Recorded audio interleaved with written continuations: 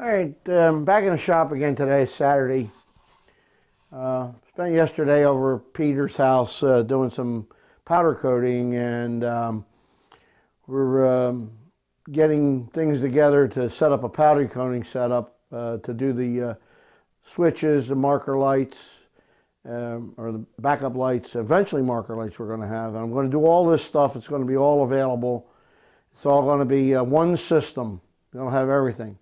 My original Mercer original Sunbeam headlight, backup light, switch, and generator, M06 generator working like they should. Okay, so we're doing all of that, and I'm here finishing up the cylinders, and I've got the pattern all done. This is the pattern right here. Here it is.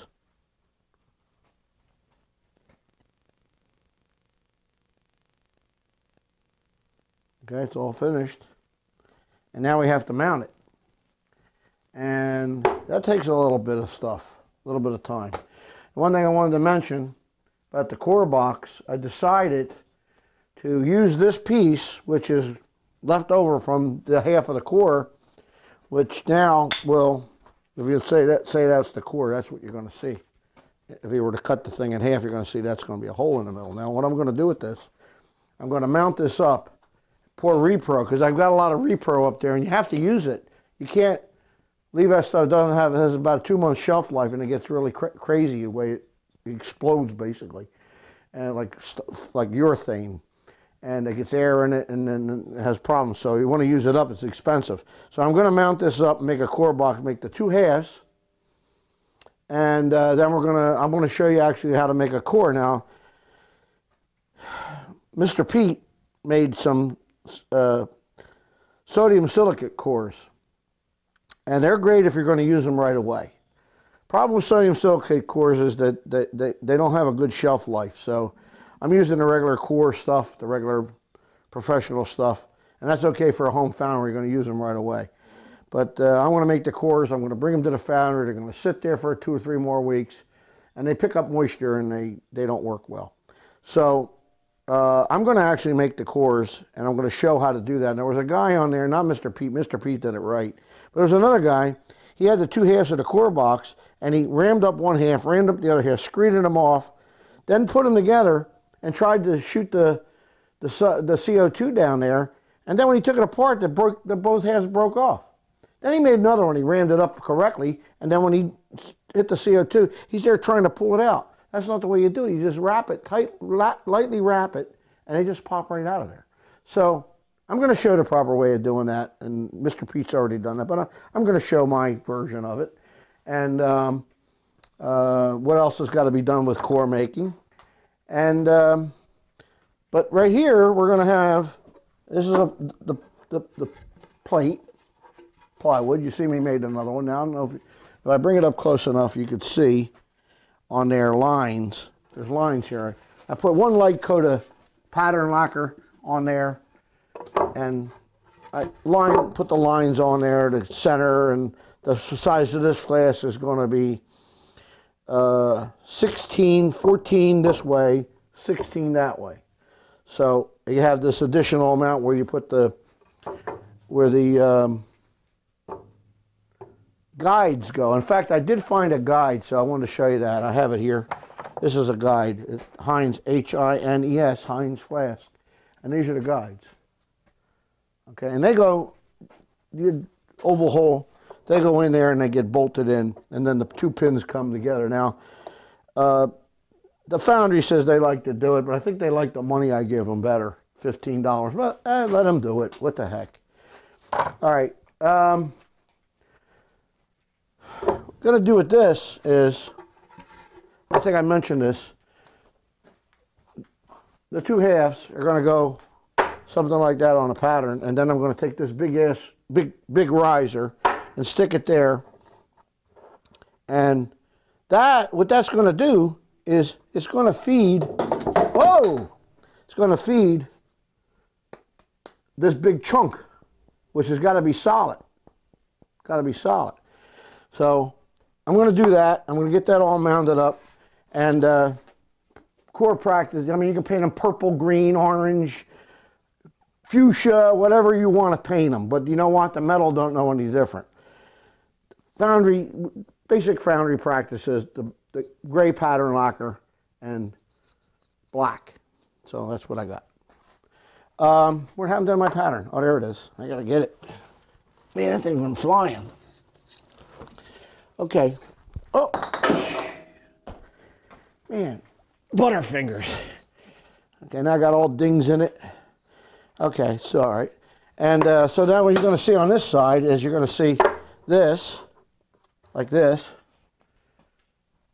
with a small rounded riser. This is not really going to be the one, but similar to this, which is the bottom, makes the bottom of this on the bottom, okay, matches that.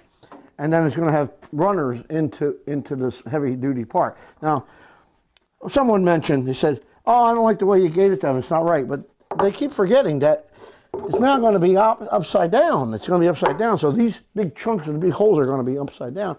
And the metal comes in and it pushes in there. And it fills up the mold. And it just keeps feeding off of this big riser. Now, a lot of times you don't need that on cast iron because it runs like water. But in this case, you do, because you want a good sound casting. That's important on this thing because it's the cylinders. So we're going to mount these up, and this should be probably the final part of the video.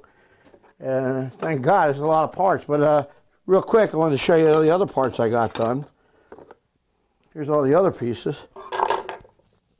Got these all done, the heads, other head. And they're going to go on a match plate, you know, like this. Something like that. 4, run it down the middle, boom, that's it. So, I like making patterns. We're going to make castings now, as you heard. As you heard, we're going to be making castings. So, that's it for now on this. We're going to get mounted up and we'll come back to you.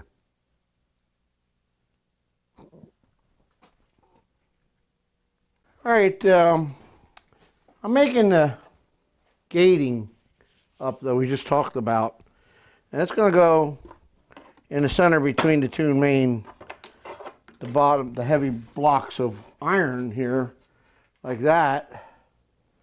You can see it, and that's going to be rounded and whatnot. And then, like I said, this going to go on the other side. So when the mold comes out, you're going to see that. That's what you're going to see. Well, actually, this is going to be this way. And you're going to see a casting that looks like this here. Well, I think it's this way. Yeah, this way. And you're going to see, you know, this is the casting. You're going to see that, and it's going to look like, of course, they have a core in it. That's the way it's going to look when it comes out. 2 of them, of course. It's going to look, so that's going to feed that chunk. This big heavy chunk, so it comes out sound, it's called, not solid, but sound. You have a sound casting. So, in order to get all this, you say, well, why don't you make it straight? You can, but the nicer way to do it would be to have it so it kind of flows in there. And to do that, I have my spindle sander, which is this machine right here. Now, this is a State, S-T-A-T-E. State spindle sander is a very, very good spindle sander. You have the long spindles. They're Morse tapered. You keep them all in here. You buy the sleeves, what they call them. And it has a graduation on it. You can graduate it here, tilt it. Now, I don't know if the other ones do. Now, the reason why I got this up here on like this is because the belt, the disc is shot down there. So I'm going to try to get up here and utilize the better part of it. So you got to figure it out. Okay, we want the taper away. So that's the way it's going to be. We're going to turn it on and we're going to do it. And you just run it around, shape it up, the other side, shape it,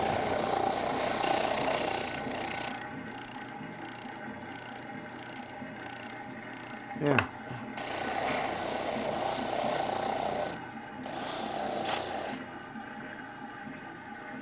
Shape it up, and then that's how you do it with this. So this is a really good machine. I was able to get this. I actually bought this from a pattern shop where I made my first patterns. They went out of business and I got it. I mean, you got nice 1/4 inch ones. I got even one thinner than that, I think, somewhere around here. I've got a great big one here. Got a great big one over here.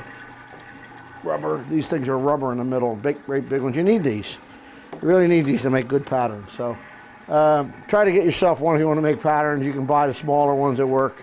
Yeah, it works on a drill press, but it don't oscillate like this. So oscillating helps with the sand. Keeps the paper from wrecking. This is much better. All right, we're going to come back when we mount it up. All right, I've been working for the last hour, a couple of hours here on this pattern, and we're getting almost done with it now. And probably this is going to be the last installment on the pattern for the cylinders. Because, I mean, pretty much repeats from this point, you know, painting it and whatnot. I'm going to probably do one on a core box or core making, you know, in the future, probably another week, when I get the core box made up. Because I like to show you how to make the cores. That one guy was, he put the two cores together, making them in two halves, put them together like this with the sand and try to break them apart, they come apart. Well, everybody got their own ideas, but I wanted to show you this anyway. And just temporarily have these two cylinders on the board, temporarily. And if you look the other side, got the bongo bongo on there. Bongo bongo. And if you look at it this way, this is the way it's going to be when it's poured. So if you look at this, you can see that that big riser is going to feed those two blocks. It's going to be poured this way down, and then the pressure from that big riser will push the metal in. And they might not like it. They never do. They always have something to say about it, but I did it the way I think it should be, and it'll work. I put some screws down through this, Bondo over it, knock these down. Now, one thing I want to say about the pins, I use metal pins, dowel pins. These are 1/4 inch, and these happen to be 3/16, so you don't get mixed up the cylinders. And the reason why I like to use the steel, round steel pins, is that when you put them through with wood, they have a tendency to flex a little bit, I think. And I was always taught to make sure that this is fully in the pattern on the other side, with the exception of a place where you can put the filler to fill it up. So keeping that in mind, if you use a wood dowels are really never really truly on size. This is exactly 250. This is exactly 1875. So if you drill a tight hole, it's going to go in nice and tight. You see, it's like pounding pegs, and then you make sure it's all the way down. I didn't put it all the way down yet because I got to smooth off the Bondo there, and I got to do all the filleting somewhere, some leather, some whatever, paint it, mark it, and that's ready to go to the foundry. So I hope you enjoyed this video on making this cylinder pattern, and I thoroughly enjoy making patterns, and I also really truly like making videos for you guys. I think I do a pretty good job at it, and with the new camera, it's been great. So thanks again for watching all my videos, and we'll see you again on the next video.